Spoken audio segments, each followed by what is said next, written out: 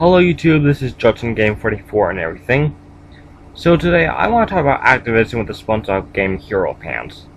Now this is technically not an actual review of the game, but this game was reviewed over 2 years ago back when it came out, and it was just horrible. Activison was lazy. It was just the same with their other SpongeBob game. All you do was just walk around, press buttons, and pretty much just move on. It was just pretty much just a walk-collect game. Was nowhere near great. The scores were like 3 or 0. Yeah, that's how horrible the game was.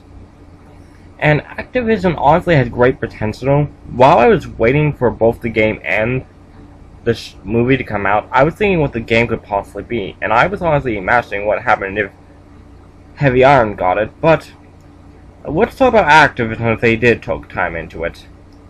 Now, the way how I was seeing the game that came out the way how it was first, well, let's begin with the beginning. I do see like we could possibly get like a mini game, well, or like a first we start off with a boss scene, or possibly SpongeBob starting at home, getting ready to go to the Krusty Krab, stuff like that. Either way, the plankton fight scene in the movie, that was honestly great. I was expecting it to be more like a shooting, aiming, raging game. Yeah, fun and everything like that. It would be creative and good, but we didn't really got any of that. Besides that, what else do we get? Well, after the formula eventually does go missing when Plankton does succeed, it turns out the formula just disappears and everything. So, what happens next? Well, it's pretty much where Bikini Bottom goes into a panic, everyone freaks out. And SpongeBob and Plankton are running around together. That's the way I'm imagining it. It can even be a two-player thing.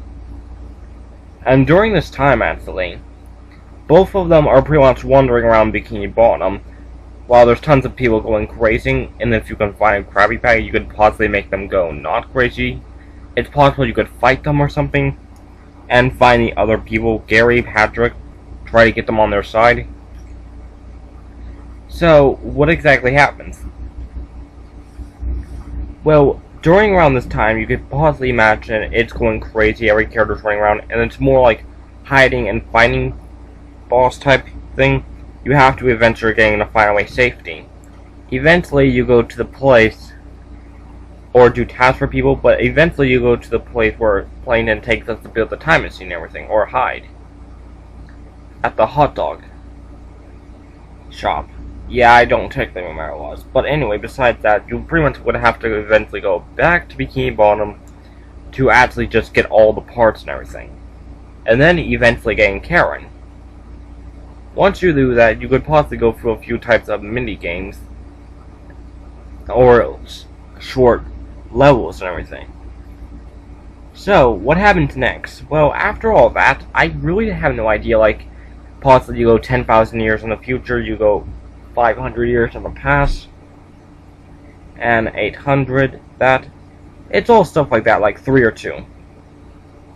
Besides that, eventually you would find out you get the secret formula back. Turns out it's a fake, so you're strictly mad and you can't go back in. Eventually, you have to make sure you don't get sacrificed to the sacred pad, even though you technically do survive either way. And then eventually you have to find where it is, which possibly this opens up a new level, or unless they immediately head right over there. So, what happens next throughout this game? I'm not really being so creative because really there's not that much in the movie. Well, technically there is, but technically I'm just trying to make this short and everything, since how come Activision really had a very not that much in the game thing. So besides that, when they get to the surface and everything, some cutscene I suppose, pretty much you easily get to this, where you're pretty much playing as any character now. Squidward, Mr. Krabs, Sandy, Patrick, even Plankton. Well, actually no Plankton. At least not yet. Now, what exactly happens next?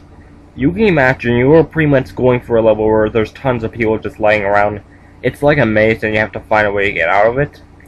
Eventually you get to other parts of the level where you have to make sure not getting stepped on by people. And then eventually you get yourself to the boat and everything. And now, pretty much, this is where everything happens. You eventually do get the upgrade to turn into superheroes, and then battle the boss pirate. And pretty much this could actually been very creative and everything if they did thought of it anything. And then you would actually and each type of player you could pick, like if you pick to play as Mr. Krabs, you could play as like a robot cyborg. If you pick SpongeBob, you get bubble moves. If you pick Patrick, you get ice cream moves. You pretty much get like any character you pick as a superhero, pretty much even picks what type of abilities they have and everything. They would each be different, and so that way you would actually, it would be more creative and more fun picking different players. Eventually you could unlock Plankton, and then he would actually possibly deliver the final blow at the end. And they would get the formula. Yes, I know this is short and everything, but in my mind it could actually be way more longer, but I'm not going in full detail or anything. Eventually you would win the game, and possibly there would be like all type of extra levels where you could pretty much find ways. Literally, they had so much potential with this game, and Activision is like a game that was made for shooting games, and yet the beginning of my ideas actually could give them those ideas, but yet they choose not to do anything with this game. It takes place after the movie. There's a lot of stuff that doesn't make sense with the storytelling in the game. There's not that much in the game. If you technically didn't complete the ending of the game, you pretty much get a boring ending where it's pretty much use Plankton's time machine, where it pretty much takes you back to any level you want. And pretty much, spoiler alert, if you actually do win the game, all you get is Bubble doing a short brief tip, which we don't even get a full, like, video of it. It's pretty much like a quick few seconds, and it's not even fun. Breakdancing? Yeah, it's things like that.